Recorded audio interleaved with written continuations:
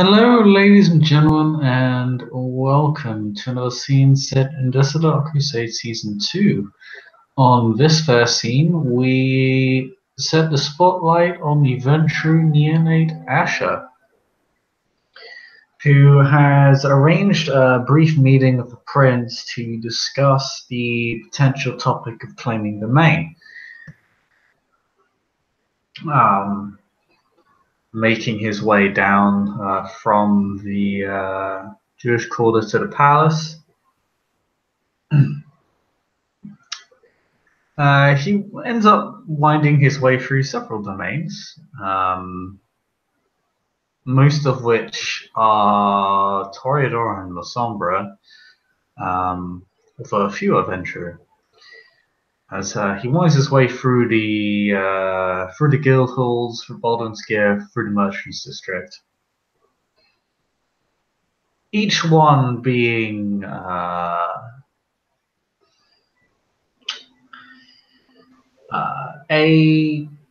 statement as to how a domain should be maintained. Perhaps not very much benefiting from the relative mortal wealth these parts of the city bring in, but nonetheless, they are calm, peaceful, unobstructed, and so long as Asher does not linger, he encounters no trouble at all. It's almost completely normal.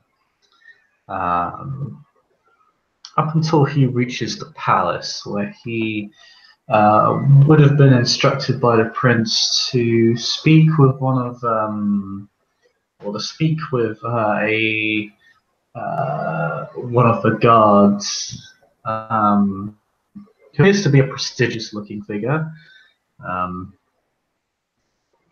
as all members of the palace guard are, but this one in particular, perhaps more so, an officer of some sort. As Asher is able to approach him, as he actually was waiting outside the palace, where there is something of a sort of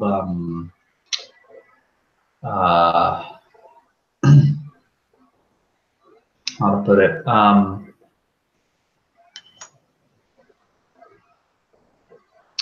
it's like a small military camp, but it's not a military camp. It's basically where guards who do night shifts outside the palace can go sleep.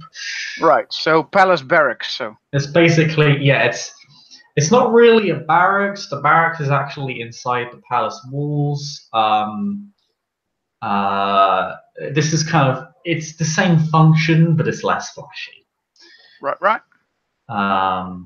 And yeah, you're able to approach this guard without any real issue. Right, I will approach a guard. The guard will see a man dressed to meet the prince. So he's not usually in his, well, he is in his Jewish attire. I will not put that down, but he does look like on his Saturday's best, so to speak. So he's trying to make an effort. After all, he is a Ventrue. He's trying to do his best. But then again, this part, the wealthy, splendor, valor part, isn't really his expertise. Nonetheless, he did make quite an effort, and yeah, he's approaching, and is polite, obviously. Yeah, this officer figure appears to actually be quite straightforward with you and polite, but how to say, they're not stoic or particularly servile. They don't treat you as if you're an equal, you're above them. But they treat you with more like a sort of respectful but very self-aware deference rather than any form of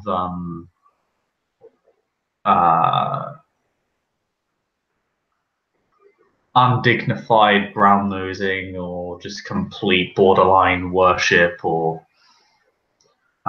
groveling. They don't grovel at all. No. It's actually something that that Asher doesn't mind really. So normally he understand that Kindred might very much respond and consider it disrespect, especially Ventru, but in his case, he considers them to be human and in somewhat equal, and they don't have to be more polite if they don't feel like it. In his mind, at at this particular point. So yeah, it'll be as polite back as possible. Actually, you will not scorn them. Will not be short off. You'll just be yeah, it will just be polite. They are, after all, representatives of the of the palace, and he does not nor wish to scorn that responsibility.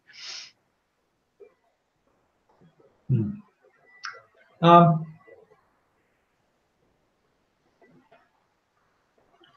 he actually enjoys the company, but he isn't overtly emotional either. It doesn't take you too long to reach the aforementioned prince's chambers. What happens is that once you're led into the palace,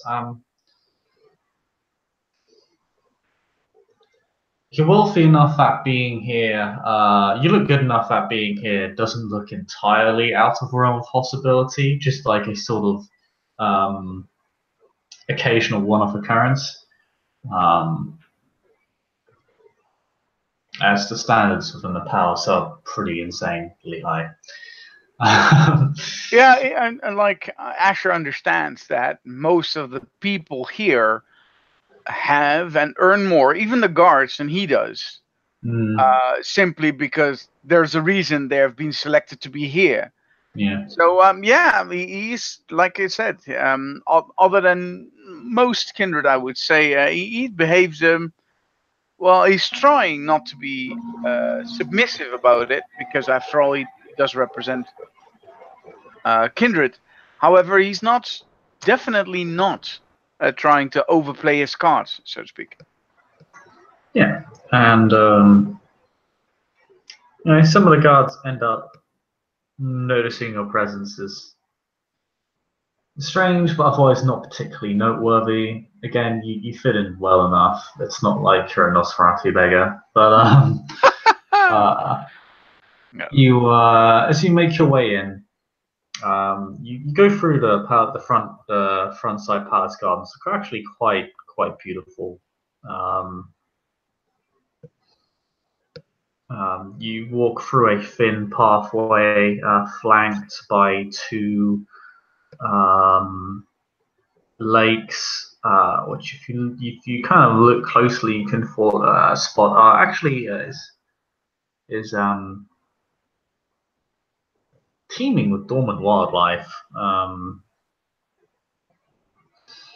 and what flanks the tiled lakes and patio that surrounds it itself is clear green grass and these rather elaborate uh, these are elaborate formations of plants. I can't really. I have words for it. I apologize. It's very pretty. It's basically a very large scale arrangement of flowers. All right, could have said that. Yeah, it actually works a lot better. But once you're led in, you go down a straight corridor, which leads into a very large hallway. Not hallway, a hall, which then branches out to many different rooms. Um, you can look up the hall and you can see that the hall doesn't have a ceiling until the top of the building itself. It's very open. The other floors just have balconies, which kind of run around the hall itself, branching off into their own various rooms on their respective floors. And you actually end up going down a small maze of corridors until you reach what appears to be some sort you'd equate it to some sort of advisory figure, some sort of room for a courtly administrator. Equivalent of what would be considered a chancellor, I suppose, in Western style courts. With a large room and a rather ornate desk at the end, with a window of moonlight shining in. Appears to be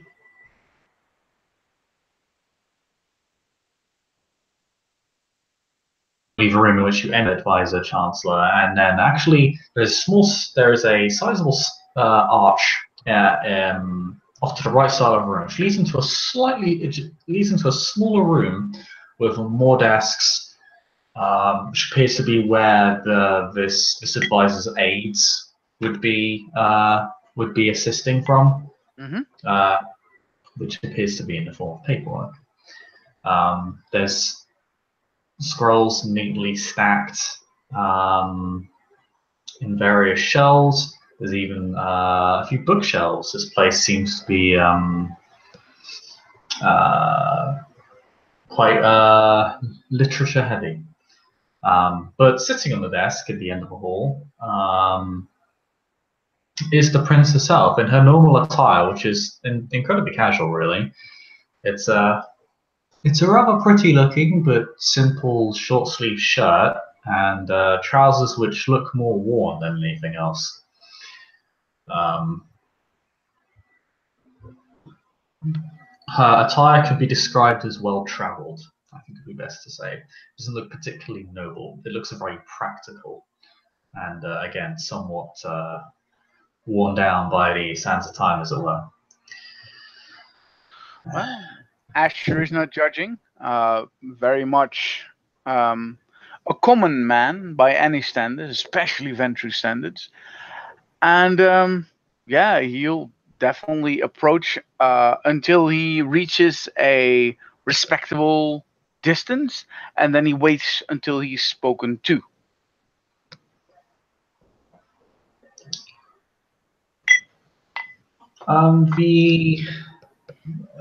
The guard will basically walk up to the prince, announce your presence, without booming it across the entire freaking palace. That'll be awkward. Hey, it's nice to see you. Yeah, that guy. Yeah, the one you asked for. Okay, bye. And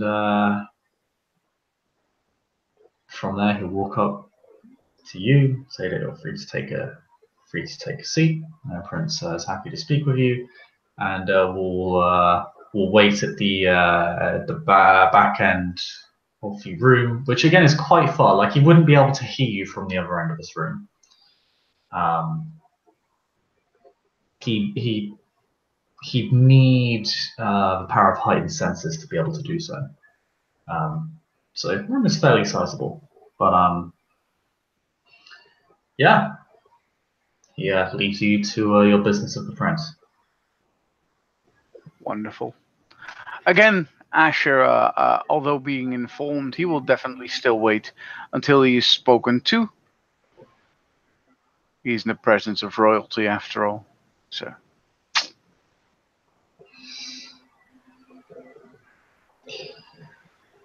Master Asher, please take a seat. Asher does so as commanded.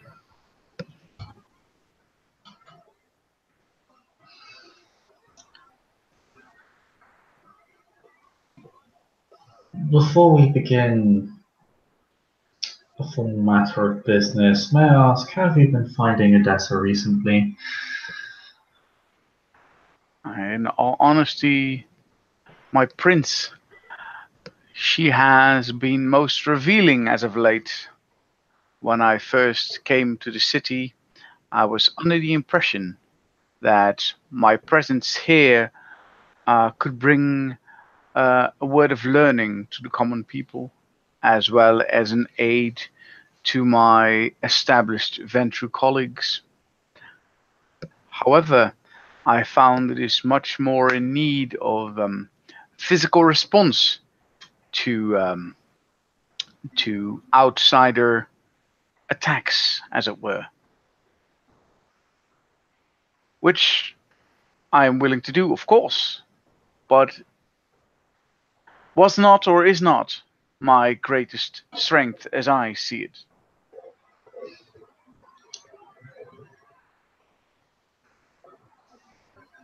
Yes, I would encourage you perhaps not indulge in such things as a result. I would hate to see you wounded or worse in the heat of a battle you are perhaps not entirely prepared for.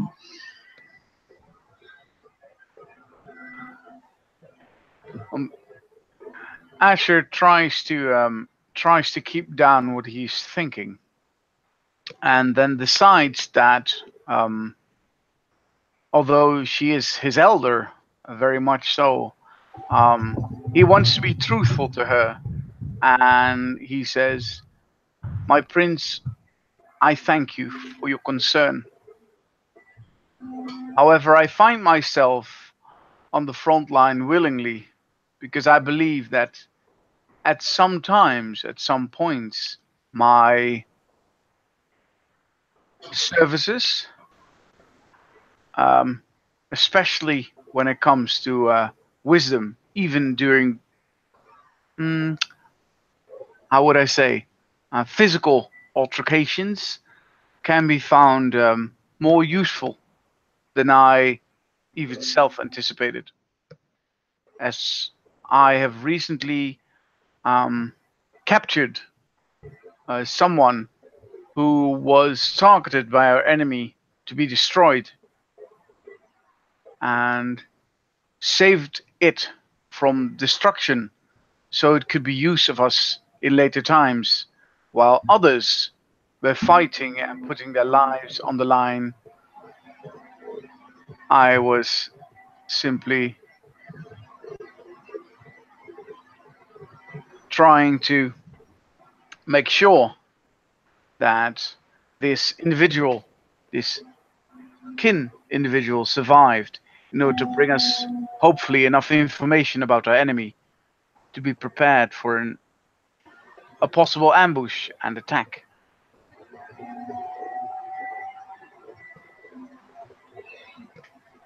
Hmm. I had heard about this little affair, the retrieving of the one mortal witness there was perhaps the one saving grace as to the whole endeavour. You see, the actions taken by said party has disrupted the sheriff's plans and has left him displeased, which in turn also displeases me. I understand, my prince. I was only acting upon the sheriff's orders myself in order to gather a group of individuals to find such hidden braziers. I was not informed by my elder as of my actions would bring him grief, or of course I would not have taken them.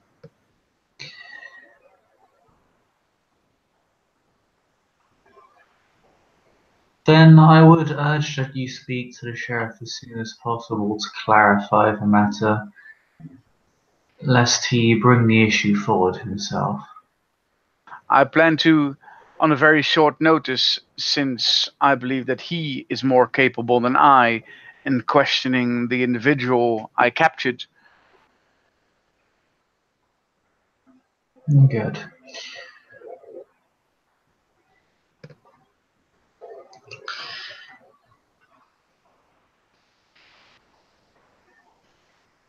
Well, seeing that you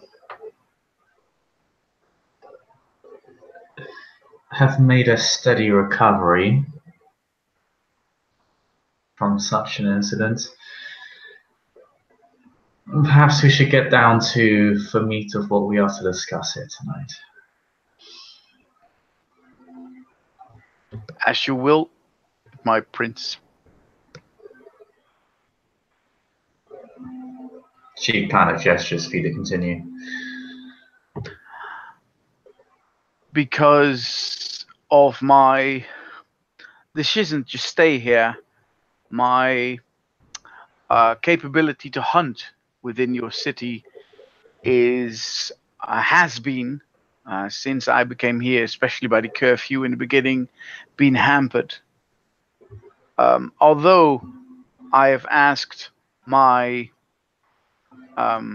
coterie member to assist me in this, I do feel, as a Ventru, that it would show well for me to have my own place to offer in return to the kin of the kindred that has offered me her area in return to hunt.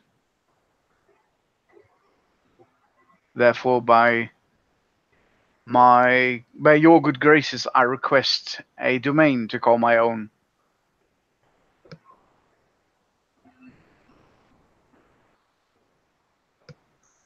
And where would you be looking to settle in particular? Seeing as I am Jewish and the Jewish people are my kin, as you will, I would request a small part in the Jewish quarters.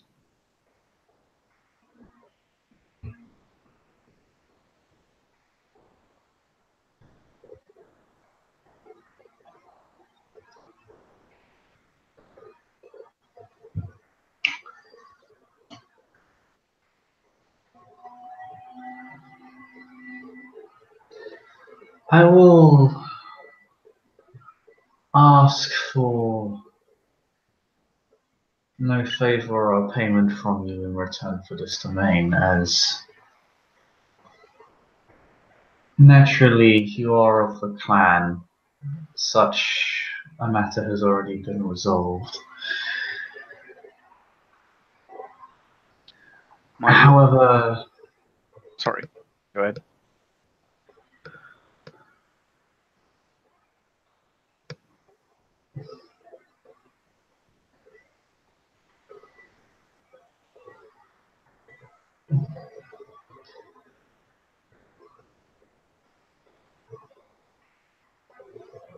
Are you still there, Chris? Yeah, he does. She just kind of pauses for a moment. The sheriff's grief is not something that reflects well, perhaps less severely upon you, considering the intent and recompense in the form of covered more.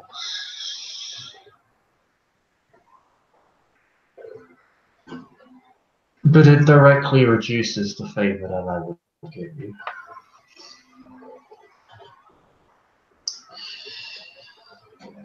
She stops again for a fairly brief moment.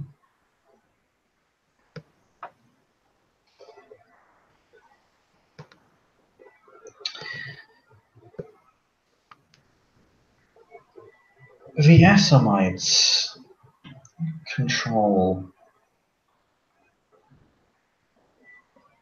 most of the Jewish quarter and have for the past 60 years.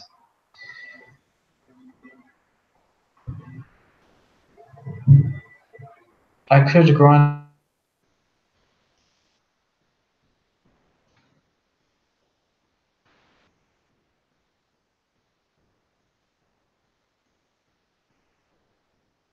something of it.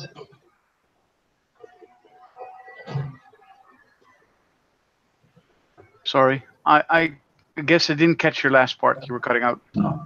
She said, make something of it. Turn it into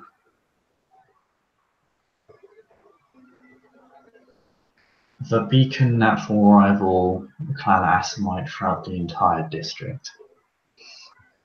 Turn it into the place of learning that you seek it to be.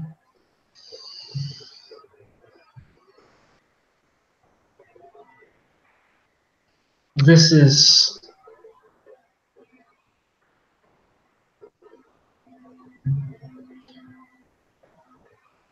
my one act of generosity unto you. For the rest of your endeavors, you will have to earn them on your own,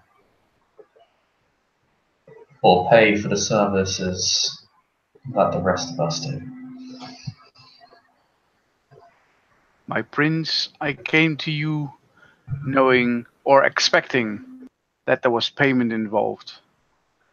Your good graces are accepted, of course, but were not expected automatically, although you are of my own blood.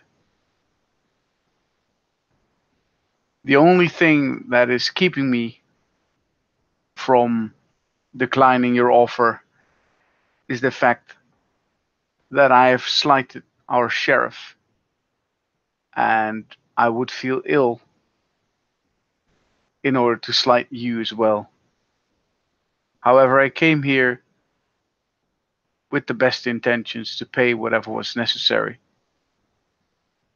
And your gracious gift will not be put in vain, as the steps that I am taking as of now are revealing my willingness to build the place of learning that you request. So I thank you from the bottom of my heart for your gracious gift.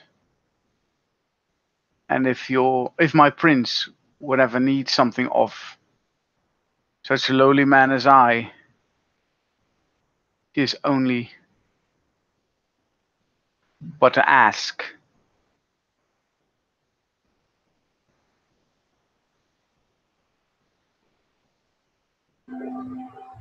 Of course.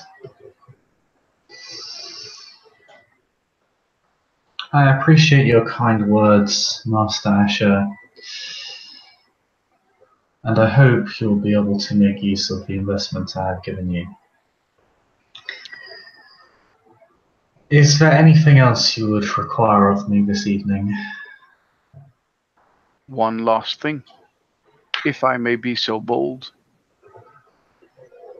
I have asked from my elder, the sheriff, the possibility to gain more knowledge, so I can maybe pass that knowledge on to future neonates and fledglings willing to step within our city boundaries, your city boundaries. So I would ask of you the same as my elder. I would request, this neonate would request only to be fed knowledge, to be given on to others, so they can learn and study.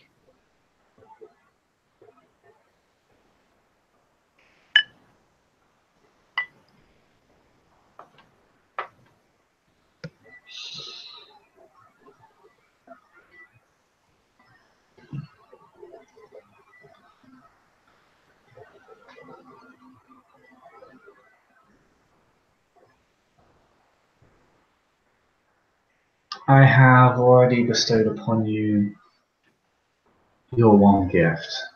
This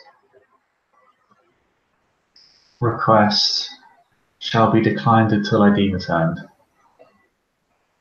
My prince, I am willing, as all kindred, to pay for what I request.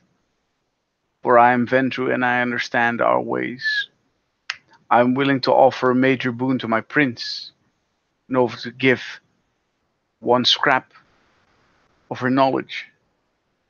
For I am as strong a representative of our clan, as my knowledge is. And as long as my knowledge isn't represented well, I might not represent the Ventru well.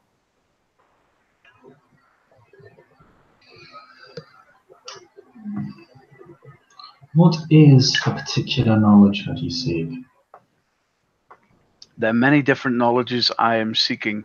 However, at this moment, I feel that a deeper understanding of the basic knowledge that I can bestow upon all who are willing to listen, would be good enough. Deep within my heart, of course, I wish to know most about my own clan, about where we stand from, where we come from. However, it is not as easy a knowledge to give to others as is a basic knowledge of what we are and who we are. Since I am very much willing to share, I rather share that which all kindred should know than that which I would only cherish.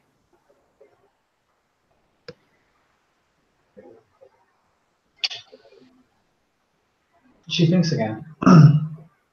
As the ST closes his throat.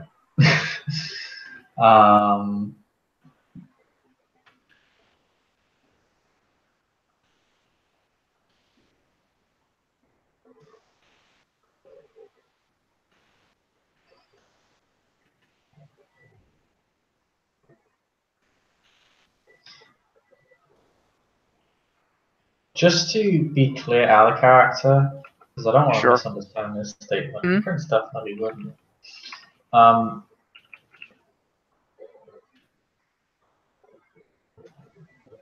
Is Asher suggesting that he would, if gifted knowledge about his clan, he would then share that knowledge with others outside the clan? No. That's why I said Yeah, I thought not. that's why I said that's something I only cherish. So Ventru knowledge would be something that he would not share with others, but that's something that he for himself would keep. Okay. Yeah, I thought so. I was just double checking. No, it's fine. It's smart to check, but I'm not that stupid. Because the way you worded it, I'm pretty sure he doesn't mean this, but I really don't want to run into that. And I don't want to run into that situation when weeks later. It's smart. Don't assume. Just ask. Yeah. Assuming makes an ass of you and me.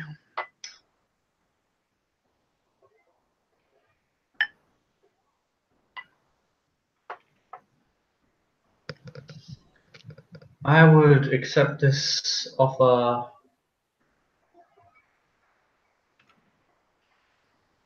under the stipulation that you have suggested that it only be cherished by yourself.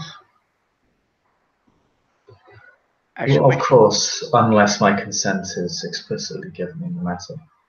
I will teach whoever you wish me to teach, if that is your request. However, it will stay within my mind until you release it.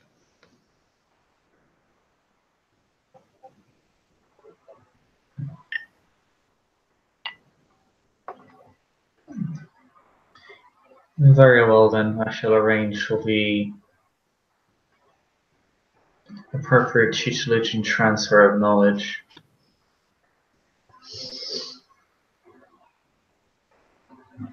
And you shall have what you seek.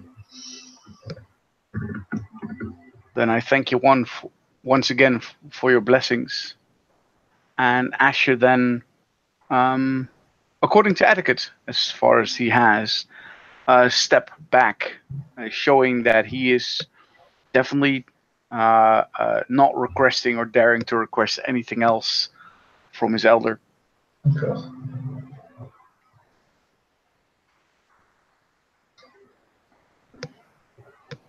That's all I believe we can consider our meeting here concluded. Indeed, as the prince is no longer speaking to him or is giving him a nod that he can leave, Asher will then take 3 more steps backwards and then turn on his heels like a proper Ventru soldier and make his way out of the palace the way he came, unless he's guarded, of course, by another, escorted by another guard. The same guard escorts you out. If Again, more or less same company. He's pleasant. Um, and after escorting you out, he doesn't roughhouse or anything. Again, he's like before. He's just very hands off. But once you're out of the palace and once you're past the gates, he will wish you a pleasant evening, and Asher may be on his way. as the guard wishes him a pleasant evening, Asher offers him a hand. In this hand is a small amount of money. He will give the money and thank the man for being well taken care of, and he requests nothing in return for the money, and just simply nods politely and makes his way out. The guard appreciates your fine gift. And yes, as Asher returns home with a domain in tow and knowledge soon to be imparted, I believe that is where we can end this scene. Thank you, player, for playing. Thank you, watchers, for watching, and we'll see you all next time.